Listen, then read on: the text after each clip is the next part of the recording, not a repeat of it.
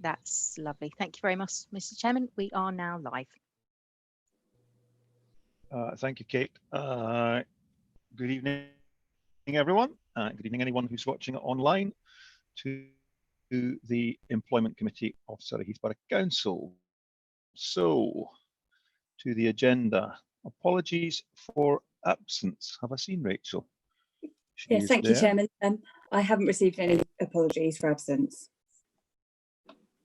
Are we all here? I ask myself. Cliff, Sharon, Josephine, Rebecca, Sashi. Sashi back? Is he there?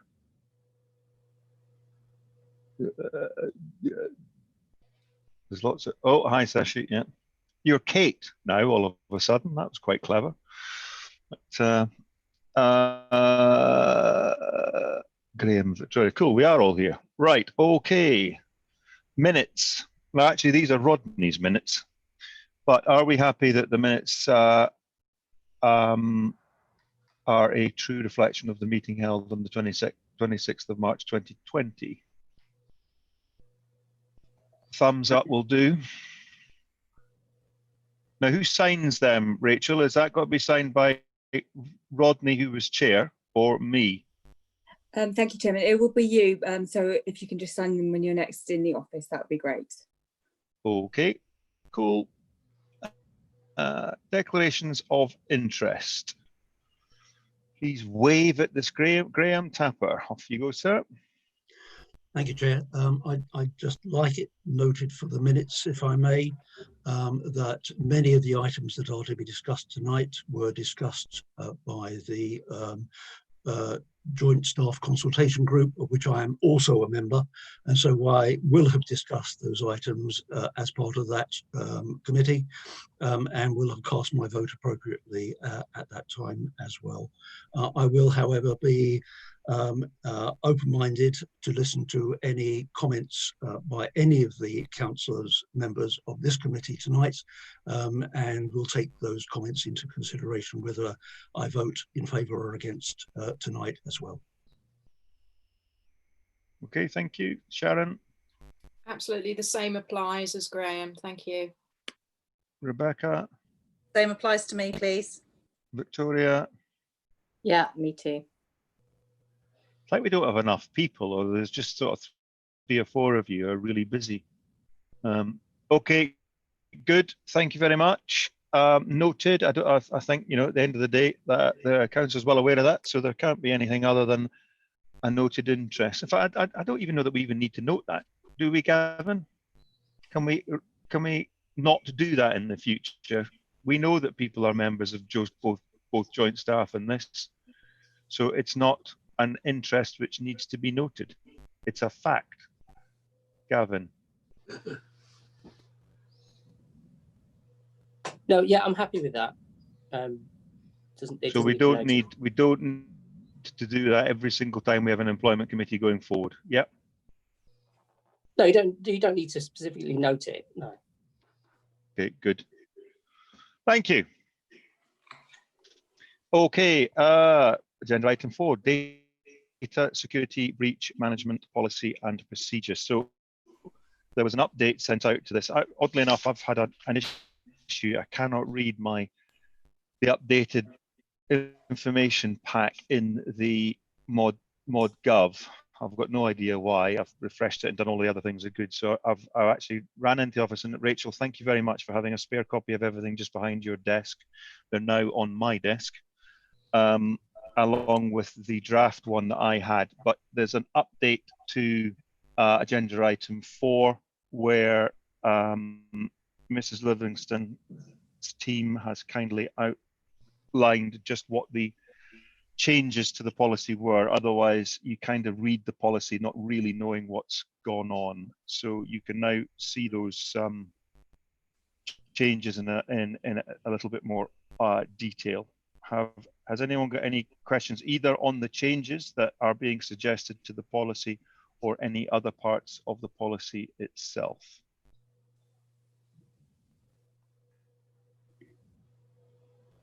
I will take that as a no. I don't think I've got anything particular that I want to mention either. I mean, it's just part of what we do.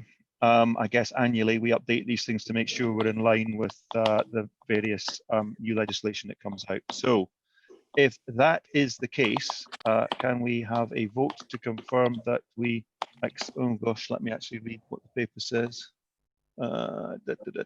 Committee advised to resolve that the revised data security breach management policy and procedure set out in Annex A to this report be adopted. Can we please have a show of hands to say that that is adopted?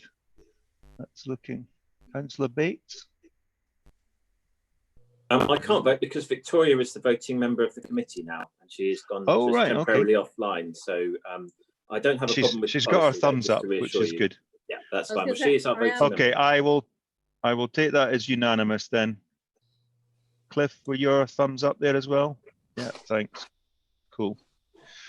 Okay, agenda item 5, the information security item. So same as the last one, we have, I mean, it's quite interesting. It's a very small change. I did actually check that it was there. It took me a while to find it actually. But we've added the head of paid service into the scope of the document just to say that it applies to the head of paid service as well. And that's the main item. I had a look through actually the password sections as well, just out of interest. They seem fairly standard, in line very much with what I have at work as well. Any questions or comments on the information security policy? Right, okay, let me read this one as well. Where is it gone? So the committee is advised to resolve that the revised information security policy be adopted. Can we have a thumbs up for that? This is going to be quite quick at this rate. Everyone's just looking forward to getting on to the last item. Okay, we'll go for unanimous on that one as well. Right, 6.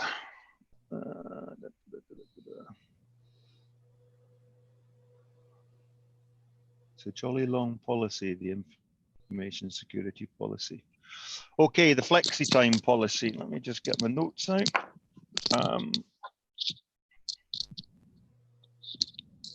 Okay, so the main changes to the flexi time policy is that, again, it's become available in effect to more people in the council. So originally there was a cap on the policy that it applied only people up to grade 6. It now applies up to grade 9.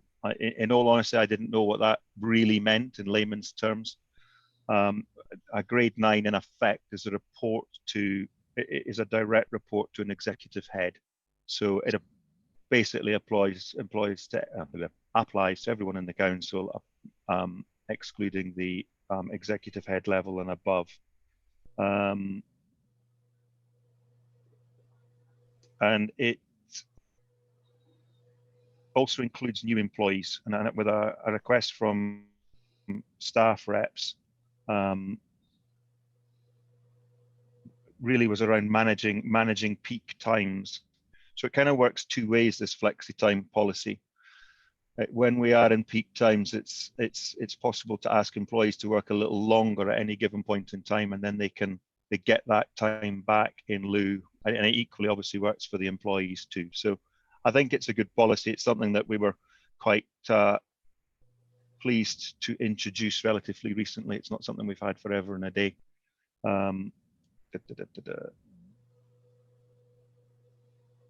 Okay, so any questions on the flexi time policy? Again, the changes in this are tracked changes in the policy, so they're easier to see line by line. Victoria. I think it's just to make the comment that I think it makes us much better as an employer as well, and should also help with recruitment, because I believe it brings us in line with other councils with whom we've been competing for some time. So it seems to be a multiple benefit policy. So I hope everyone will support it. Yep. Rebecca. Thank you, Mr. Chairman. I agree with Victoria. Would it help for clarity, picking up on your point, just to put explanation in there of what the different grades are for anybody external who was reading this document? I suspect that all of that information is available, if only through things like the pay policy, which again, from a transparency perspective, is there. I'm not averse to doing it, but I guess the information's there already. It probably is. Perhaps If it is in the pay policy, why not just put a statement that that's where people can go to find it? Yeah, I think that makes sense. Can we do that, Mrs. Livingston? Just add a link out to where you can see that information. Yeah, yes, Mr. Chair, we could do that, or we could just write a quick note under grades 1 to 9 and be very explicit that it excludes tier 1 and 2 managers, which is executive heads and heads of service. But we can do either one. So yeah. Okay. Can I ask you then to do either one and add it to the policy, and we will approve revised policy. Absolutely. I'm quite happy with your latter one, actually. It applies to absolutely everyone, with the exception of level 1, level 2. Yeah. Might be a note to why it doesn't apply to them as well, might make sense. It just, it's then in line with what we've done. Sorry, Mr. Chair. I was just going to say it's then in line with what we've done with other policies that we're coming on to as well, where we've been explicit about who is actually, who's relevant under each policy. Okay. Yeah, okay. So we'll make that change. Thanks, Rebecca. Rodney? I just want to pick up that very last point you've made, Chairman, actually, because I think although I'm happy with this policy, I think we should look in time about the higher levels. I don't think it's a good example to be setting for very senior officers in the council to be working excessive hours. I think obviously they work very long hours and hard, but I think at some point in time we should look at that as well, but not necessarily today. Okay. Can we add that? I know it's not going to be a specific item in the work programme, Mrs. Livingston, but if we can just add it so that when we review this policy next time, if we quite specifically look at what we want to say about tier 1, tier 2 officers, that would make sense. I agree with Rodney. Yes, Mr. Chair, I'll make sure we make a note of it. Okay, anyone else with questions or comments? Okay. Now, this will be a challenge. Where's it gone? Oh, there it is, the flexi time policy. The committee is advised to resolve that the new flexi time policy as set out at Annex A to this report, slightly amended, be adopted. Can I have thumbs up, show of hands, etc., etc.? That is unanimous, I think. Thank you very much. Item 7, exceptional payments. Now then. Okay, so in essence, this is is being updated in line with the findings of the independent investigation, including head of service, statutory officers, and their role with or their link with the employment committee. And then we also talks about the honorarium and the what's called the 3 spinal column point maximum piece, which was something I have to say a bit like what exactly the grades are, just exactly what that meant, but it's actually relatively simple to understand, and it's just that within each grade within the an officer's career grade, there are various what they call spinal column points, and you cannot have an honorarium greater than 3 spinal column points of your grade. I think if I remember what was explained to me before. That's correct, So, Chair. any questions, Sashi? You're on mute.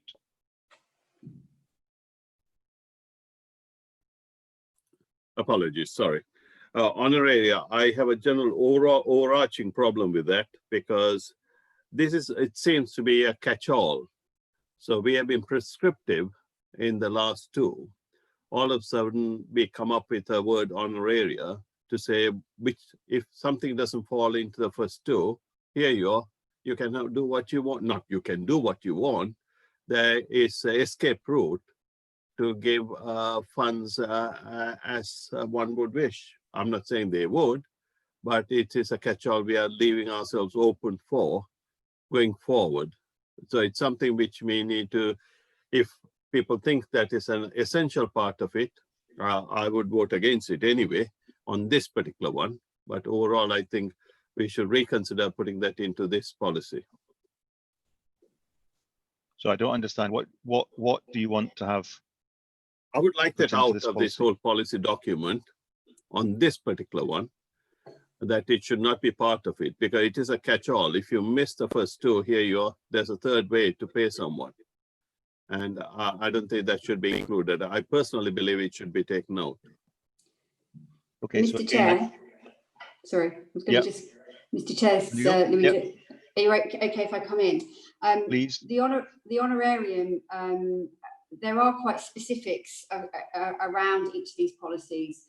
The exceptional payments policy, as you say, has been updated in line with the independent investigation, and it's been made quite clear that none of the awards can be given apart from an acting up allowance to, again, anyone above head of service and executive head.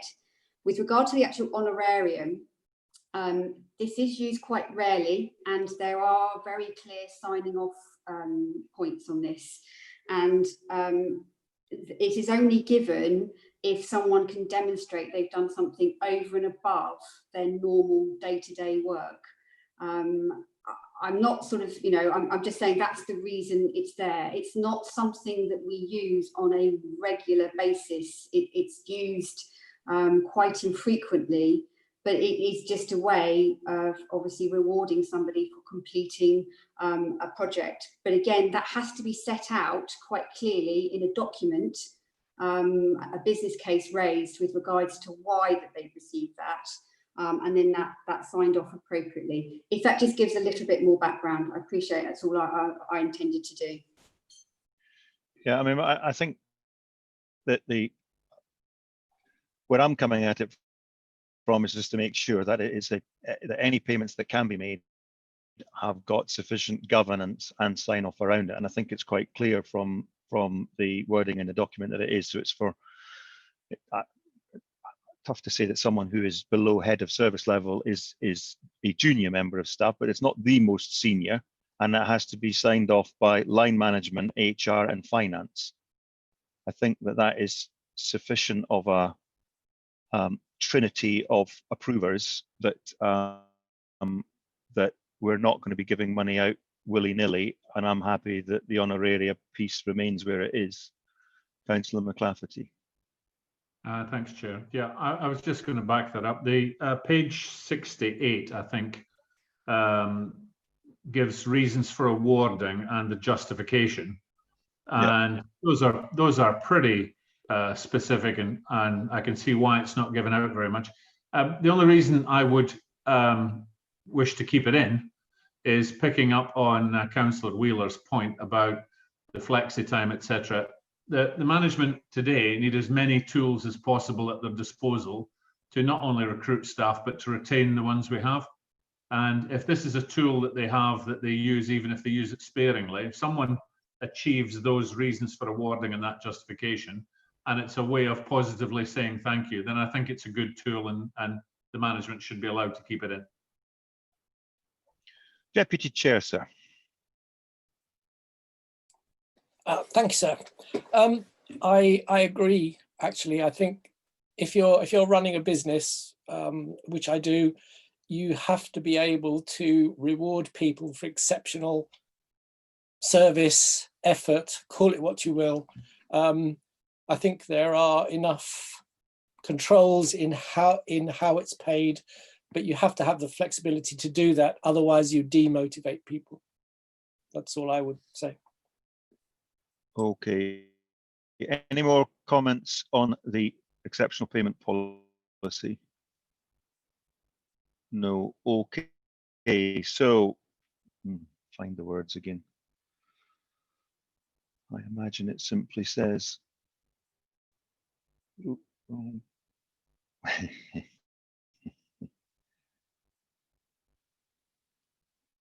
Good. Right. Okay. The committee is advised to resolve that the updated exceptional payments policy as attached to Annex A to this report be agreed. Can I have a show of hands for that, please? Right, so we got 1, 2, 3, 4, 5, 6, 7, 8. And Sashi, are you an abstainer or against, sir? You're on mute, whatever you are. I'm going to abstain on this one. Thank you. Okay, that's fine. Nonetheless, the committee has resolved or advised to resolve that the policy is agreed. Okay, so item 8 is expenses policy. Cool. Okay, so again, we had quite a lot of discussion about the expenses policy when we looked at this in its draft format. One of the things that I've specifically asked for, and I don't know whether there's been any changes made to it, Mrs. Livingston, but it was that a report on the annual expenses of the council be brought to the Audit and Scrutiny Committee annually, so that we have.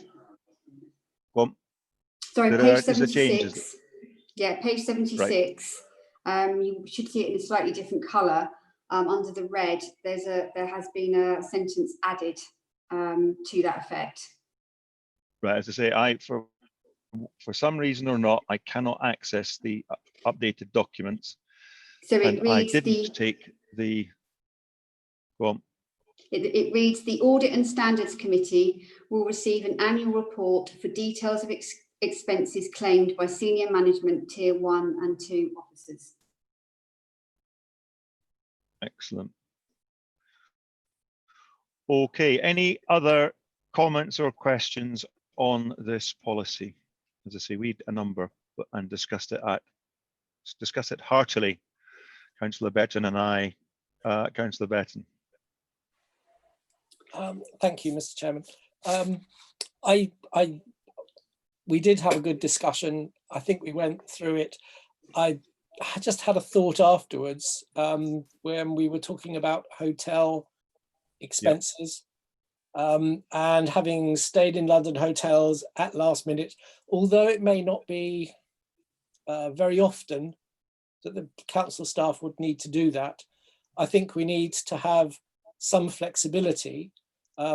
Sometimes you can't find a hotel for under £200,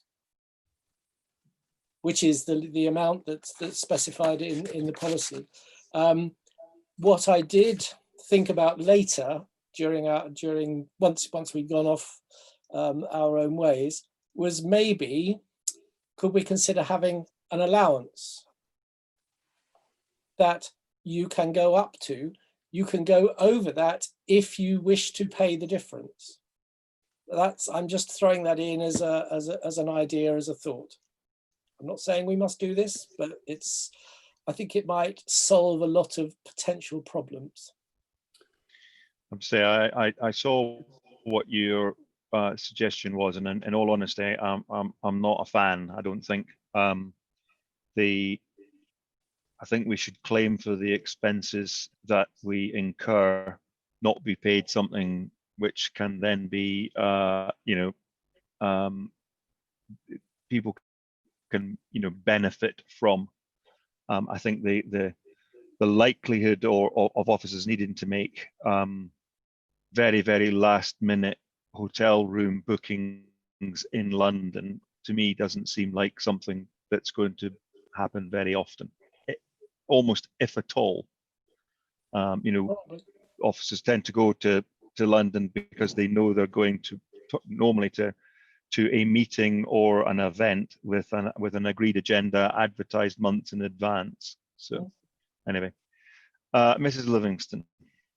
Could I just add that I think the only other complication with that, with regard to that idea, is that we'd still publish obviously those expenses. And again, what I wouldn't want to see is perhaps if someone has used it as, say, an allowance, maybe they've gone to a hotel which is going to maybe cause issue if they stay there with regard to name, etc.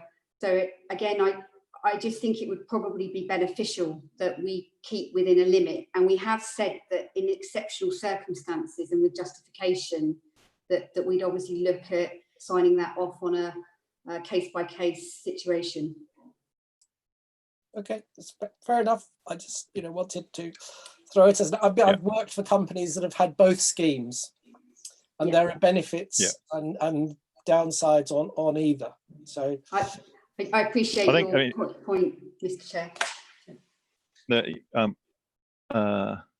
Councillor Hawkins has made a comment which I agree with, and if I were stuck in London and needed to get home, then I would either use Uber or a cab than pay for a hotel to get myself home. And if your hotel bill is going to be so ridiculously expensive that it is more than an Uber or a cab, then get an Uber or a cab. Someone else had their hand up. Sashi. Rebecca next. You're still on mute. You're not very good at this mute thing, Sashi. Sorry, Chair. I've got a couple of points to make. Maybe we address it at the same time. One is actually, if I had missed it, Mrs. Livingston, apologies. I can't see the mention of any expenses regarding head of paid services stroke CEO. It seems mostly relating to staff. Secondly, as a finance guy, I know, and it happens quite often, shouldn't happen, but it does happen. If there was an overpayment, how do you get the money back? I think we should cover ourselves within this policy, find an accommodation for them for the overpayment for the staff to repay or claim it off the next expense. So as long as it's specified, it doesn't come as a shock to them. Thank you. Mrs. Livingston. Just a point about the head of paid service. It's right near the beginning of the document. We are quite specific about the signing off of the head of paid service and who needs to actually do that. So this was a discussion we had also with the governance working group, and just to make sure we were in line with the financial regulations. So it stipulates there that it starts on page 75, but it's on the top of page 76.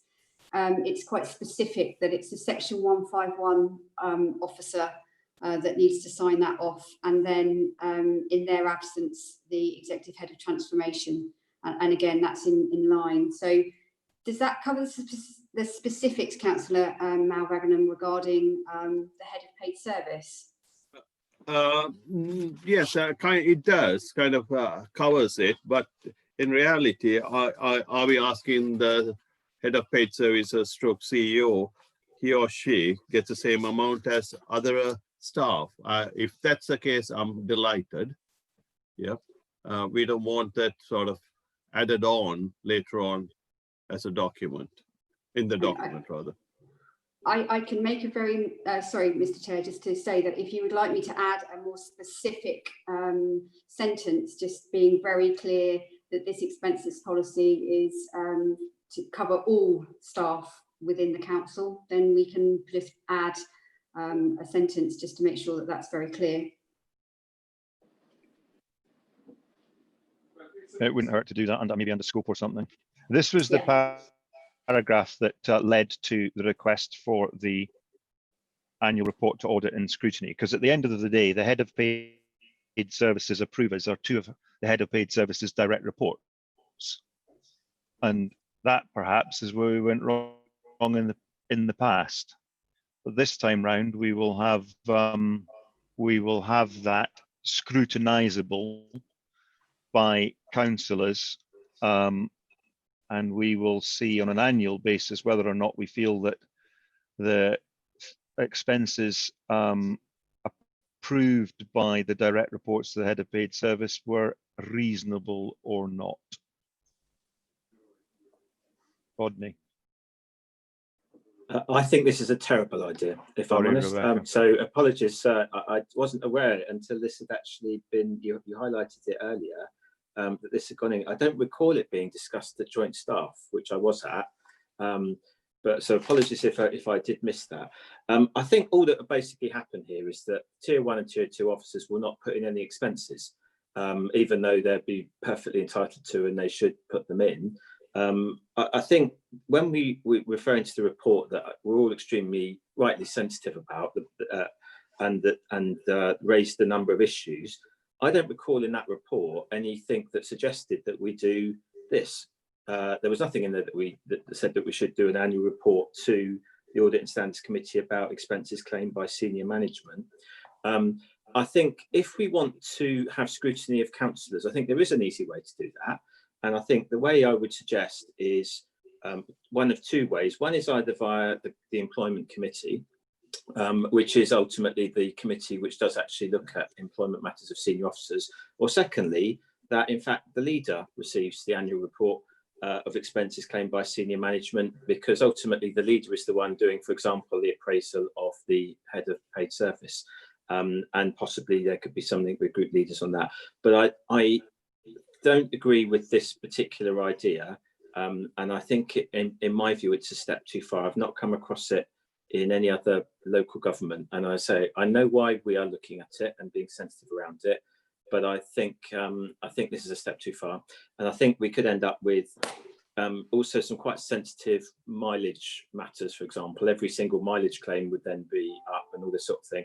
I'm not sure that's really what we're after. I think what we're actually after are things like hotels and things of that nature, where there's clearly been some accountability issues.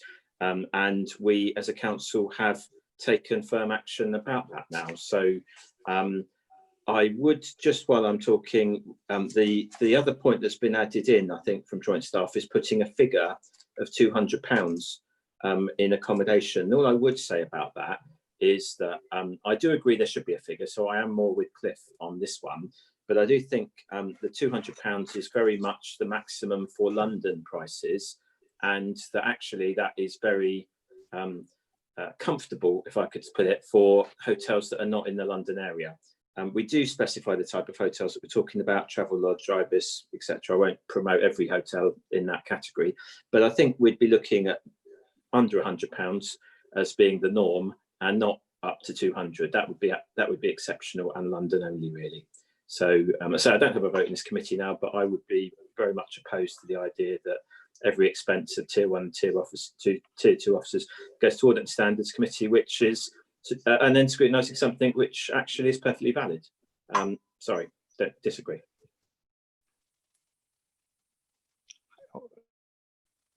Rebecca. Thank you, Mr. Chairman. I just want to take it back to the previous point of accommodation. The reality is that London is perfectly commutable from Surrey Heath. So realistically, this shouldn't be a frequently used expense. Okay, Councillor Tapper. Thank you, Chair.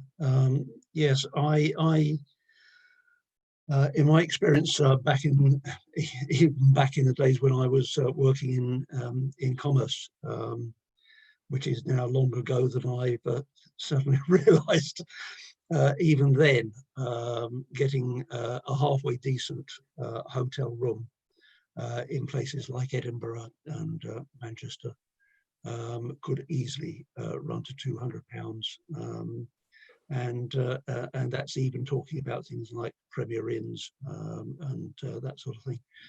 Certainly, if you're in the centre of the city, those sort of prices should be expected. I believe £200 is not an unreasonable figure. I wouldn't not expect in most instances the claim to have to actually go up to 200, but put it as an upper limit, but then to give, as Mr. Lewington has mentioned, the qualifier. However, in exceptional circumstances with justification, it can exceed this amount. I think covers the situation, and I am quite happy to see it go forward as it is at the present time. Okay, Councillor Wheeler.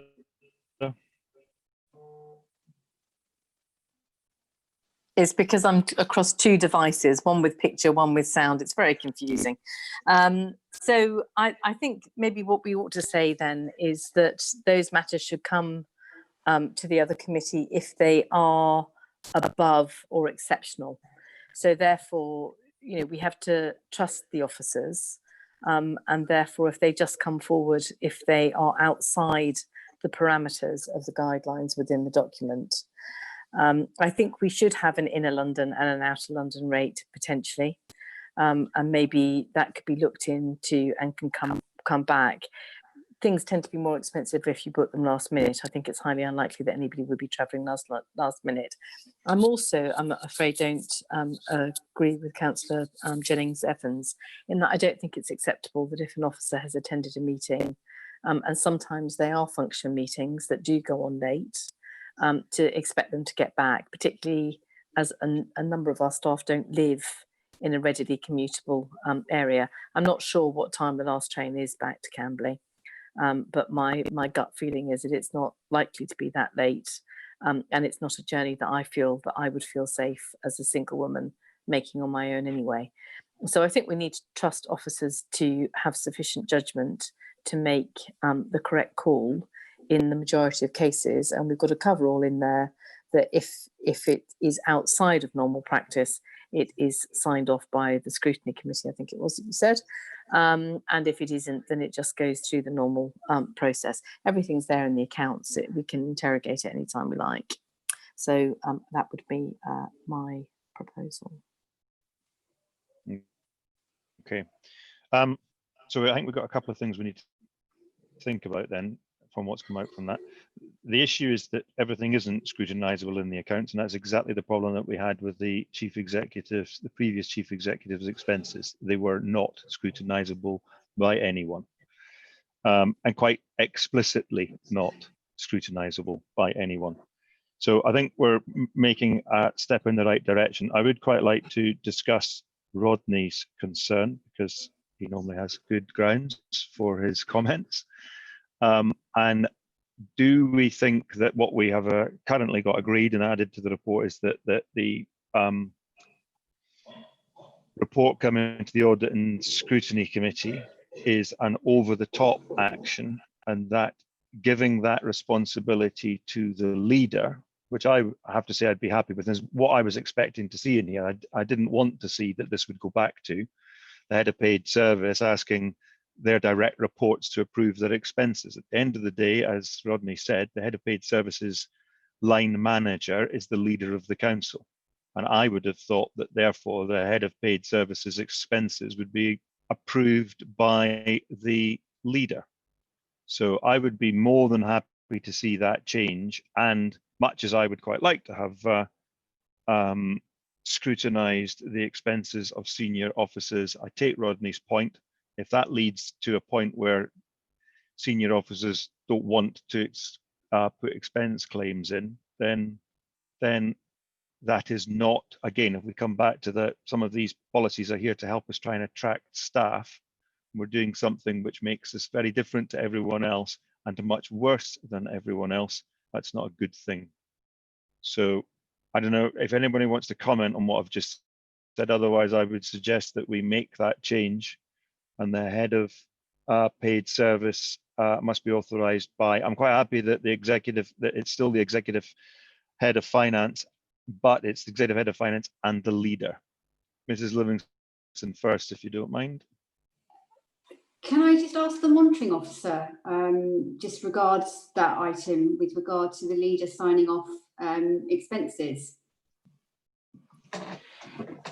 There's no reason why that we couldn't have that if that's what the council wanted. I don't see any constitutional or issue with that. Yeah.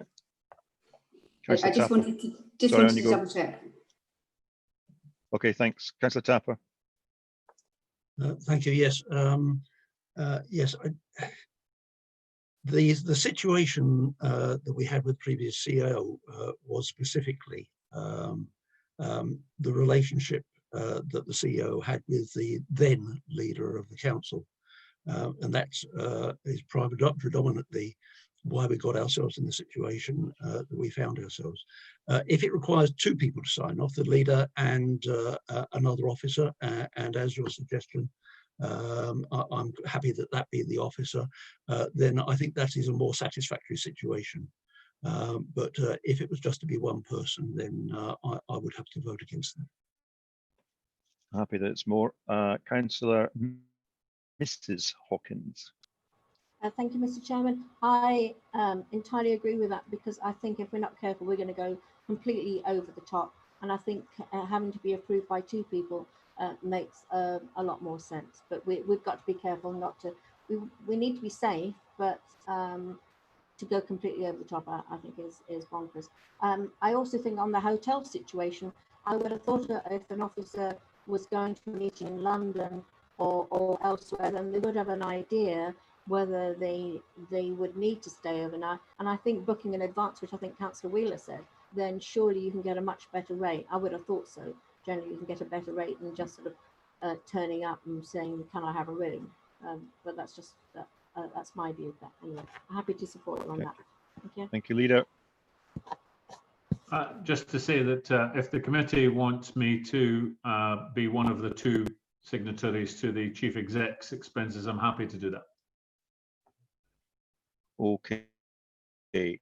So I think we'll make that changing. On the hotel thing, my 2 pence worth is that I agree, in all honesty, that I think, you know, with the exception of London, but the £200 limit is extraordinarily generous and does run to the, you know, the possibility of people deciding to stay in far more sumptuous hotels than they could possibly do.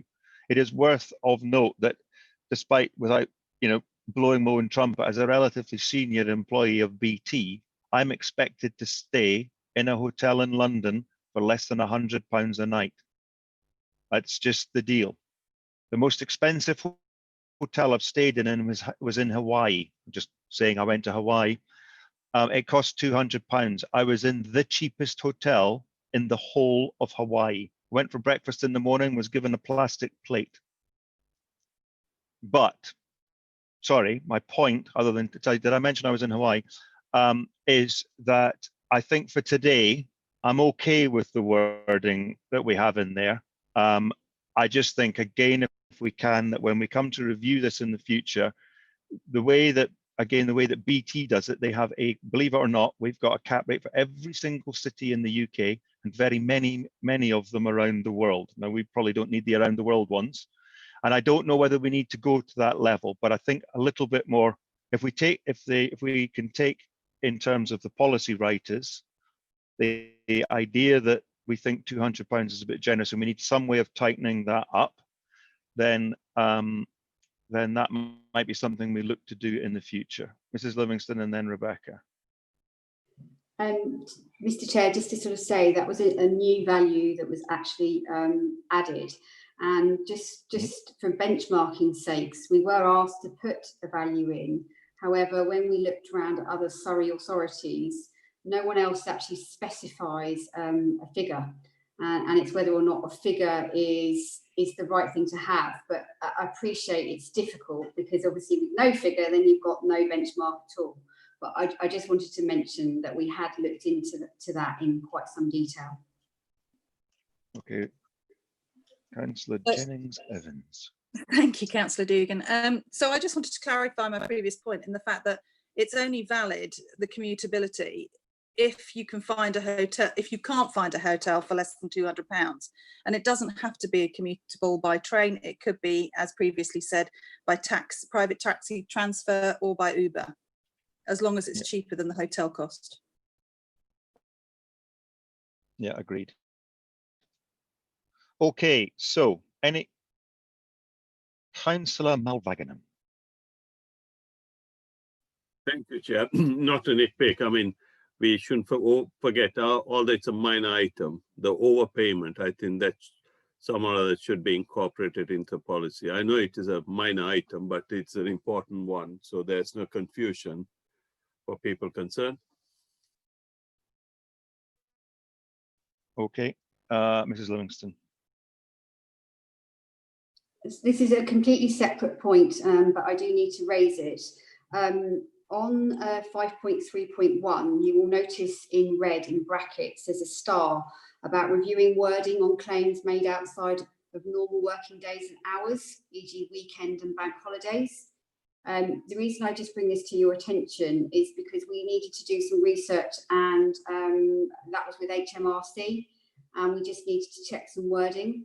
We now have some new wording, which we've checked and is correct. And as I say, this is just something that came out of joint staff. Did you want me to read the wording and what we were proposing to add in regarding this item? Yes, please. Okay, as long as it's not pages. It's not. It's a couple of how long is sentences. it going to take us? No, it's a couple of sentences, but I just think it's just to make sure it's clear. We're just adding a 5.3.2, and it will read: if you have to attend a site or travel on council business due to an emergency, for example, to attend a dangerous structure, out of hours, or on weekends, bank holidays, you may claim business miles for the entire trip without having to deduct your normal mileage commute. These instances will be treated as extenuating circumstances. However, if this differs under your contractual hours of work, you will only be entitled to claim the original business mileage less your home and work travel. Okay, that's understandable, and understandable insofar as I understood what you said, and I think it's a reasonable amendment to that particular part of the policy, unless anyone else thinks that that is incorrect.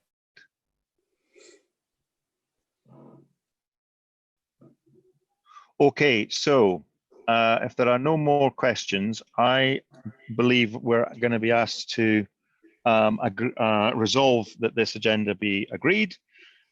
We're making two changes.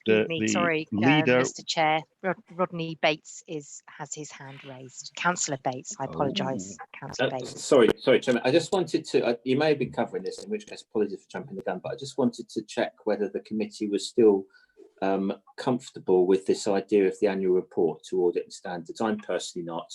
I think that should be to the leader. It could possibly be to the chairman of audit and standards. I think that wouldn't be unreasonable, but I would not be in favour of audit and standards committee receiving an annual report with details of expenses claimed by senior management. What I was just about to say was I was going to take that out in its entirety, but I'm happy to, if we think there's a requirement for a report, remembering it's just an additional piece of work for the officers to conduct. If we don't need the report because the head of paid services expenses are being approved by the leader, and we don't have a problem with, or we've never had a problem, so that I'm aware of, with any of the head of paid services direct reports, then I don't think we need any report to be written. It will just be that we will change it that the leader approves the head of paid services, and we take out the sentence around an annual report to scrutiny or anyone. Councillor Tapper. Thank you, Chair. Yes, a point has just been made, and a perfectly valid point, back on the £200 limit, that perhaps it should be made clear that the £200 is up per night.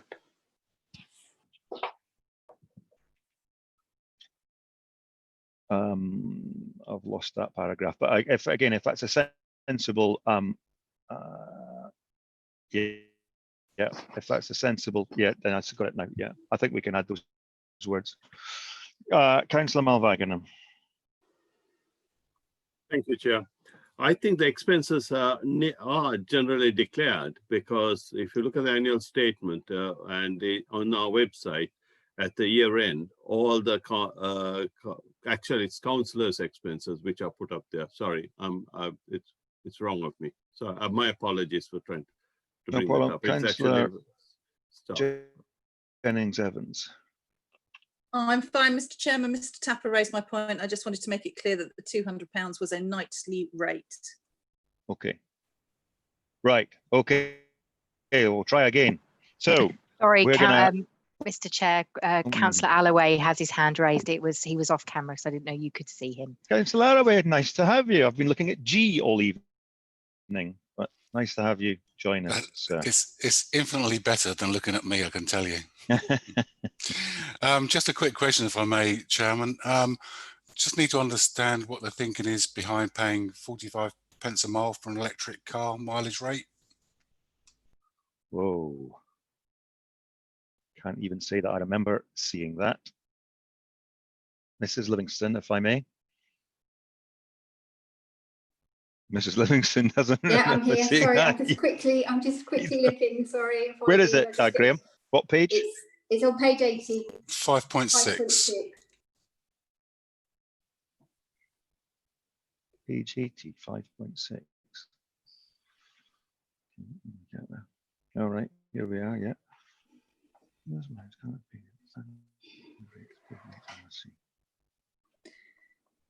Councillor Dugan, can I say, These are all HMRC standard rates, aren't they?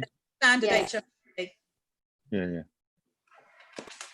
Go and speak to the head of HMRC, Councillor Alloway. That's my top tip, sir. Okay, so that's a mandatory payment, is it? 45, Yeah. not up to. That's correct. Still can't see it. 5 points. Has this changed since the draft? It Must have done says that because it's not 5.6, in my. page 80.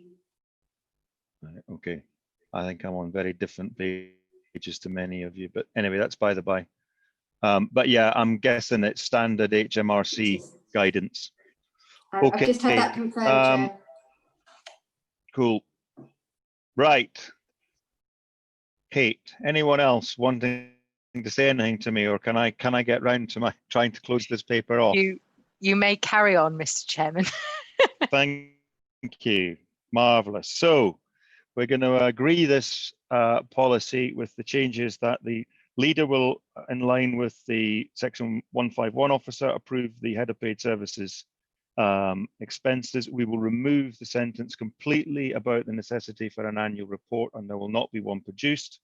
And we will add the words per night after £200 in the hotel section. And we will congratulate anyone who uses an electric car for being paid 45 pence a mile.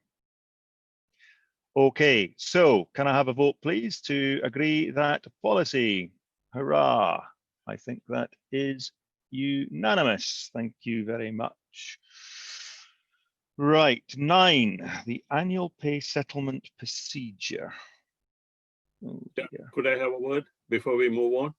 You can. Thank you, Chair. I think it was a great session so far.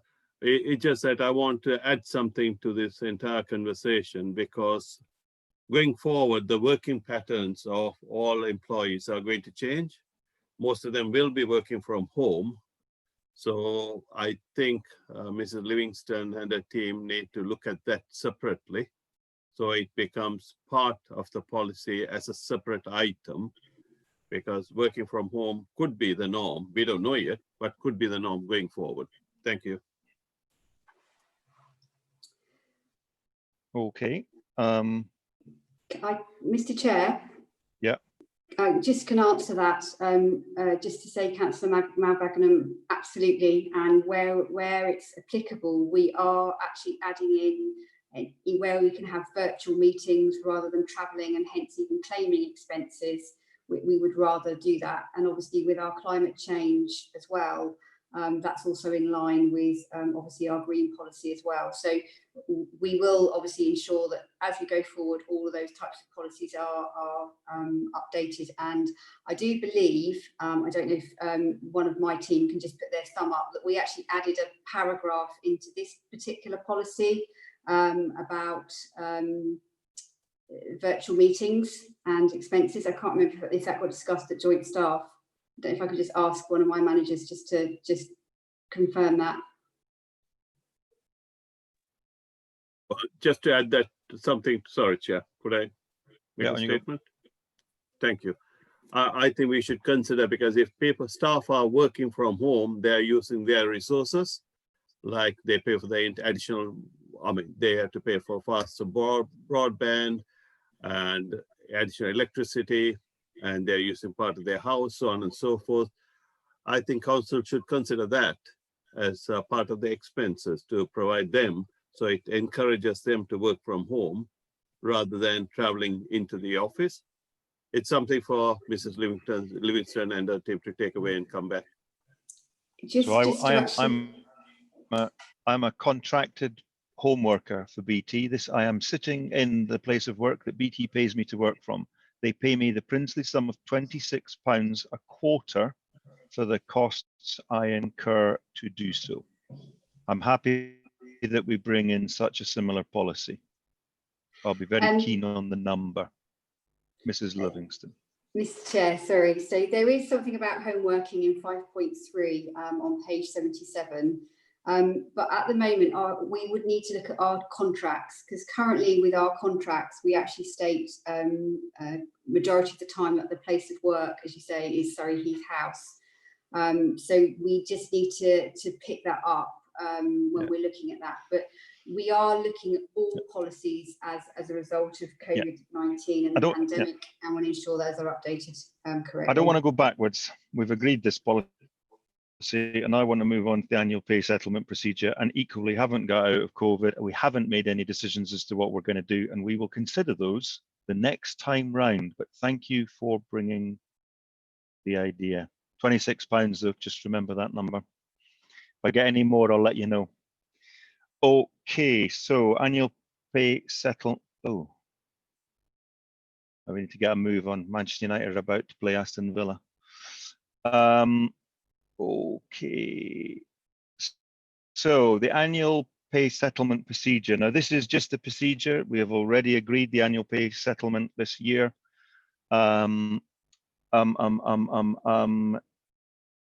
I don't have, again, because apologies, but I didn't get and I should have thought about this and taken the paper copy that Rachel had kindly left for someone behind her desk, but I haven't got it. Now, we had quite a lot of discussion about this at the pre-briefing, and the wording, Mrs. Livingston, was going to be changed around where there was disagreement between the staff reps and the joint staff committee, and that those options would be brought to the employment committee to be agreed by the appointment committee and then given to full council for decision.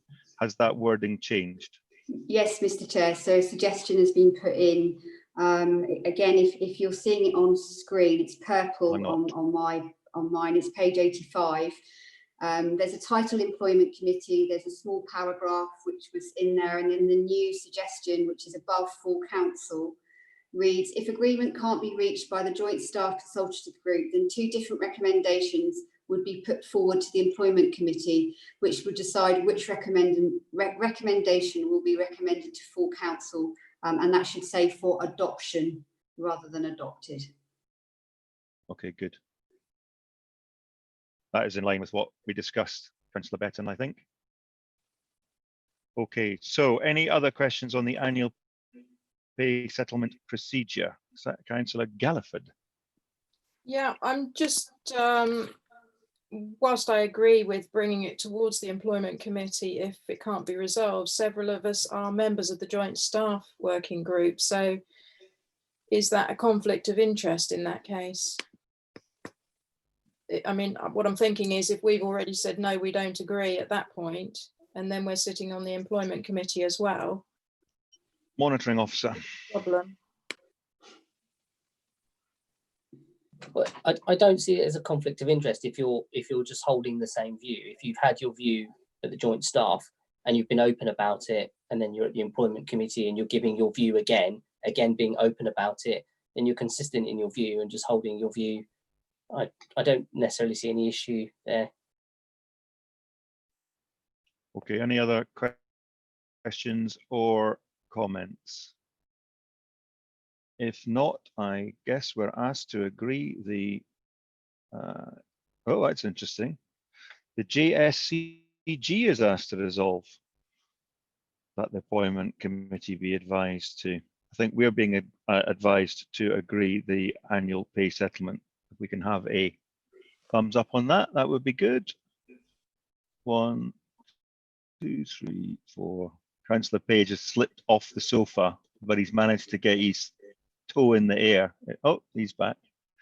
Good, I think that's unanimous. Thank you, everyone. Okay, so now this is this where I've got to go all the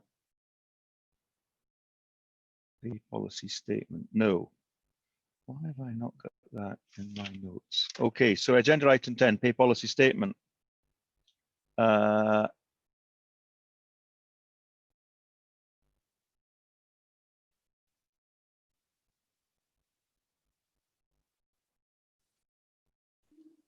have got no notes on this, which is a bit odd. Mrs. Livingston, can you take us through what the changes are to the pay policy statement? Absolutely, Chair.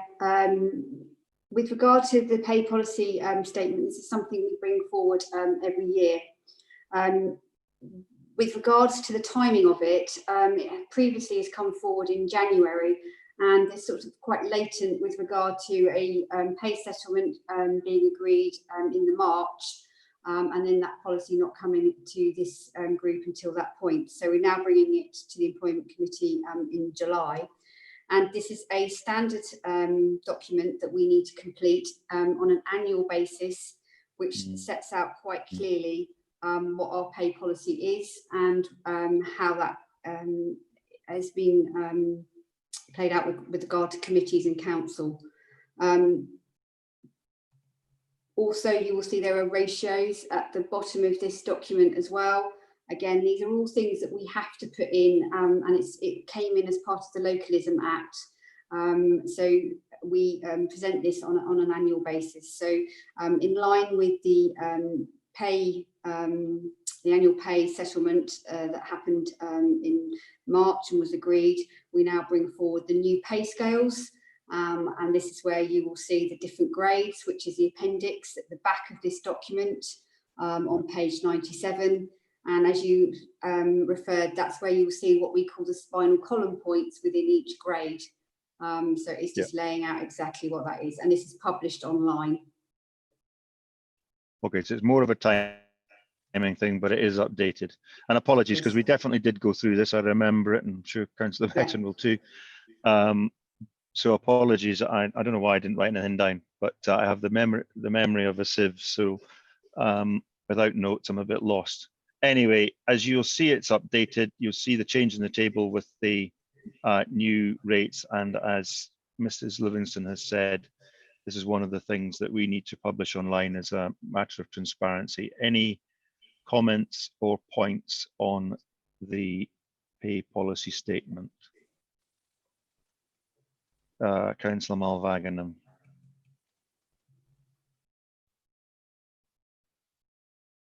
You're on mute.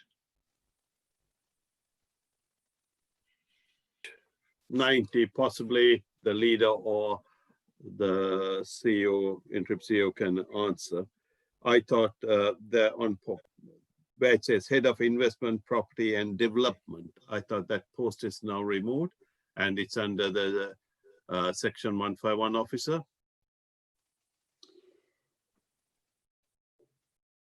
Mr. Passion, if you're still there, I can't see you.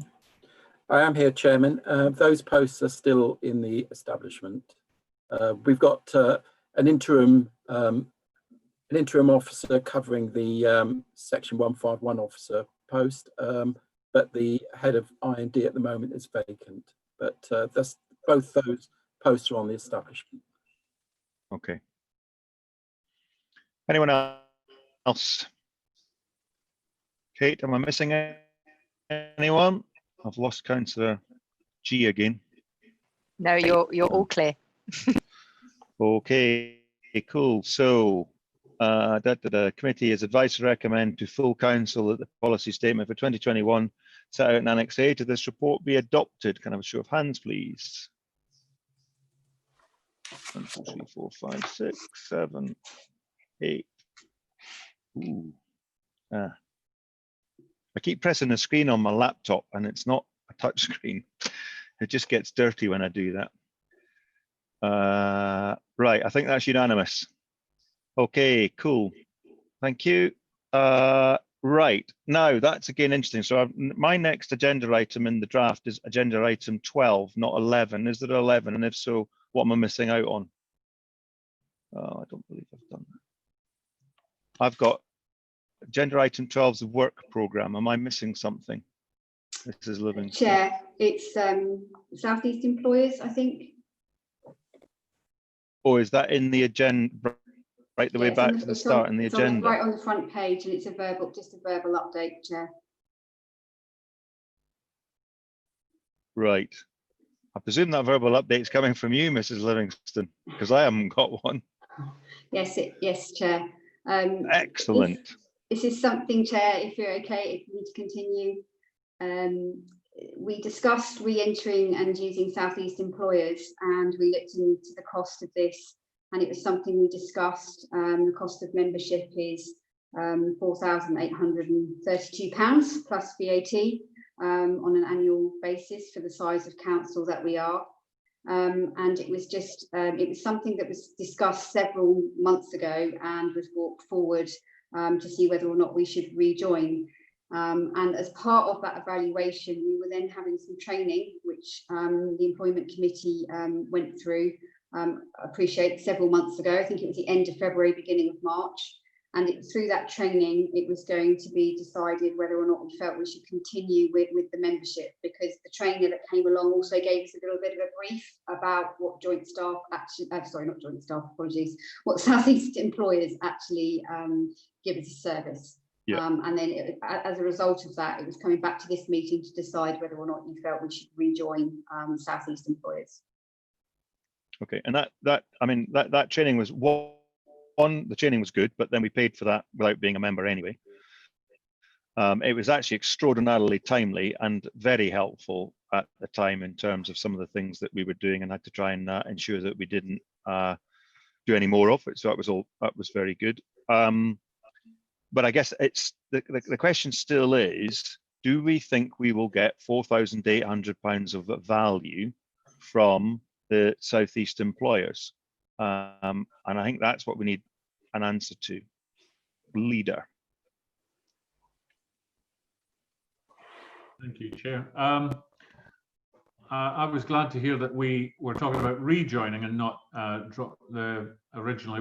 We dropped out of this because my understanding is we were not getting anywhere near the value. And I can tell you that it has come up with the other Surrey leaders. Admittedly, this was back in February, March, and it was pretty unanimous in terms of the Surrey leaders of the other boroughs within Surrey that they too saw very little value in actually being a member of this organisation. Okay. I would recommend that we do not rejoin. I'm happy, Councillor Mrs. Hawkins. Thank you very much. I totally agree. I do remember some years ago we were members of the South East Employers, and we barely used them, and I was never quite sure why we. I think once I was given the opportunity to go to something in London, but we just didn't use them, and I personally think we could spend money with that. Thank you. Okay, Mr. Payne. Sorry, someone just muted me. We did use them as well, Mr. Chairman, recently for support in the IRP, the Independent Remuneration Panel. They took members through that for, I think, 2 days. And as officers, I think we do use them for advice as well. So there have been some occasions recently where we've sought to use South East Employers. They, as you said, gave a concession with the work they did on the training for the Employment Committee. They similarly gave a concession to the IRP process. So we certainly used them very fully, really, over the last 3 months.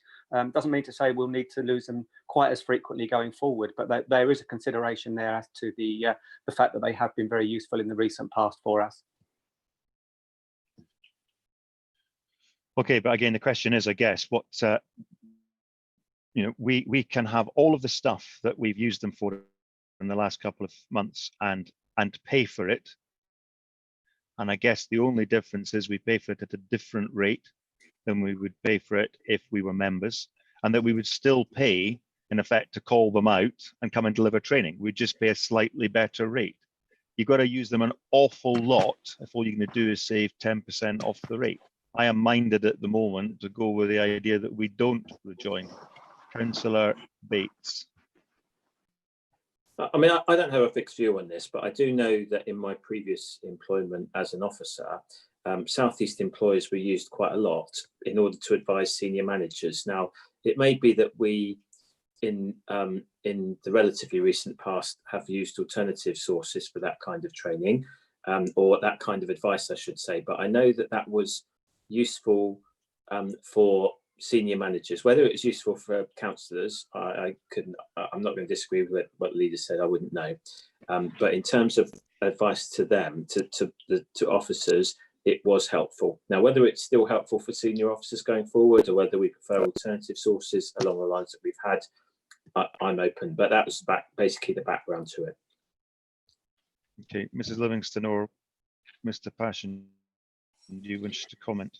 If it's okay, Mr. Passion, then Chair, I'll just make just some quick comments. I would say with the way employment law has changed, and it can be quite complex, maybe we used to use South employers, and we used to get some good advice, but it's quite generic advice. And sometimes I think our own ability, we're able to get to that level ourselves as a department. It's when we need to take it to the next level, and obviously things are getting more complex, and I'm not sure that we would always get that from Southeast employers, and that's been our experience, and it has been for a number of HR departments across Surrey. And you're right with regard to the training, it is a percentage that we have reduced from Southeast employers. Yeah. Councillor Mrs. Wheeler.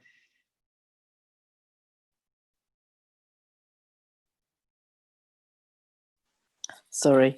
My comment actually may be, I think, given the confidence that Louise has in them to give us advice, is possibly not relevant, but we will as a council be going through a period of exceptional change over the next 18 months, 2 years, with the directives that are coming from elsewhere.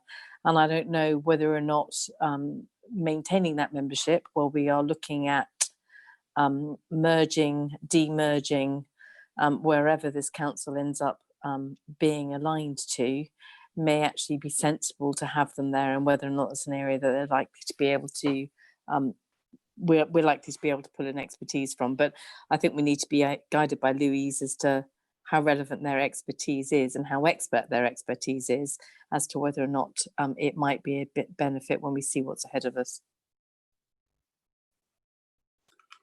Okay, any further comments? Otherwise, I'm actually minded just to chuck this out to the floor and take a simple vote on it.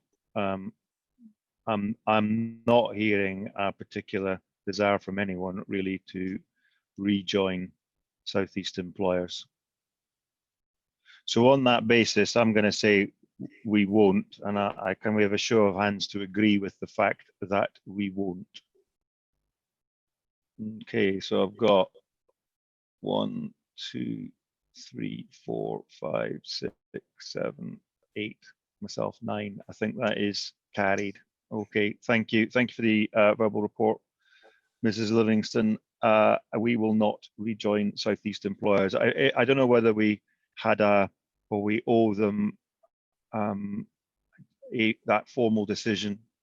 If we do, from asking them to present to us when they gave us that training, then can you please write back and thank them for the report, but that we won't be taking them off on the offer. Absolutely, Mr. Chair.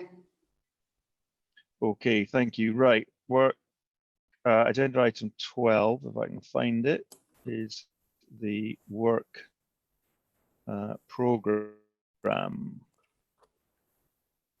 Right, we need to agree the work program for 2021. Are there any changes to what I saw in the draft, Mrs. Livingston, or are we happy with that?